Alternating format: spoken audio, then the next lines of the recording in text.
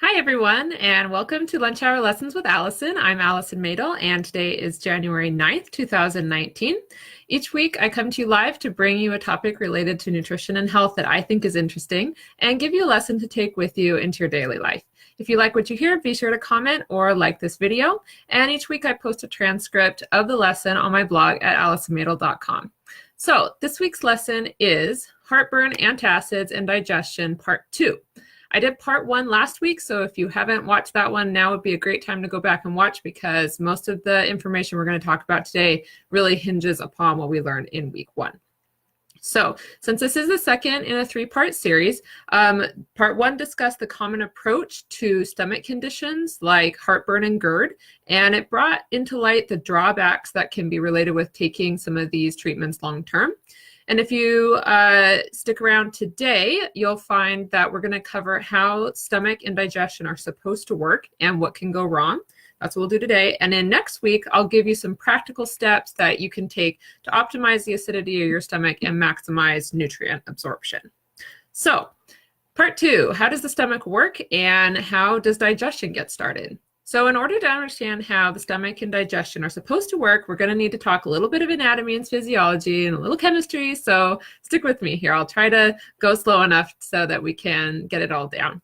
So the first thing we want to talk about is pH. So pH is a scale that ranges from 0, which is very acidic, about the acidity of battery acid, to 14, which is very alkaline or basic, which is the acidity of lye, which is a chemical used to make soap.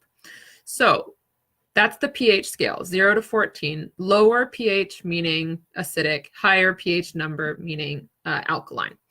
So when we chew and swallow our food, it goes down our esophagus, passes through the, we chew it, swallow it, passes through our esophagus, and goes through what's called the esophageal sphincter. That's basically a little opening at the top of the stomach that is going to allow those stomach contents to come from the mouth and go into the stomach. So when it's in the stomach, that food is called chyme. So we'll talk about that word chyme. The chyme mixes with the stomach acid that's there, and the goal is to get that stomach chyme down to about 1.5 to 3 pH. It's very low. That's about the acidity of lemon juice or vinegar.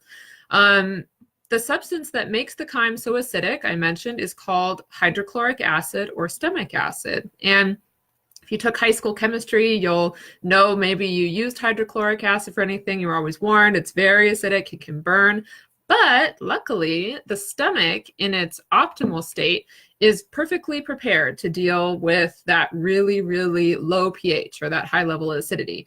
And it has a thick layer of mucus that lines the stomach, and so it protects the delicate stomach wall tissues from the acid. So again, after we chew, we swallow the food, significant stomach acid is mixed and released and brings the overall mixture down to about 1.5 to 3. There is another sphincter, which is at the bottom of the stomach, and that can open up. It kind of gets like a signal when the pH gets that low. Hey, it's time to open up and let the food pass from the stomach down into the small intestine to kind of complete the process of digestion eventually. So what happens, though, if we don't have enough stomach acid? The body's just not producing enough, or maybe we're taking those antacids or the PPIs. What happens to that chyme, the food, when it's in there? So let's say we only produce enough stomach acid to get the food down to about a 5. 7 pH is in the middle, so that's neutral. That's about the pH of water. 5 would be more acidic. It still would be kind of a strange taste if it would, back flush up. So 5 is more acidic, but it's not acidic enough to let that bottom sphincter really open. So since it's, resistant to open at pH of 5, the food just sort of sits in the stomach. It doesn't move on. It really starts to rot. And when things rot, they produce gases. So that can be why, if you don't have enough stomach acid, you maybe can get a little bloated or very bloated, a lot of pressure. And what happens, because these sphincters are, delicate, if we have enough gases, we actually may have that gas press up on that esophageal sphincter, which is kind of at the top of our stomachs. And so it gets that stomach contents of the chyme can actually come up through the sphincter and back up into our esophagus, which is what heartburn is. And even though, you know, the pH is only at about 5 in our example, that's still acidic enough to irritate the esophagus, because unlike the stomach, which has that nice mucus layer to protect the lining, the esophagus doesn't have any mucus layer. So it's very delicate tissue. And if anything more acidic than really water or 7 gets up into there, it's going to be uncomfortable. So it gets irritated. That's heartburn. That's reflux. If it's very chronic, that's when we talk about GERD. So it's a chronic issue.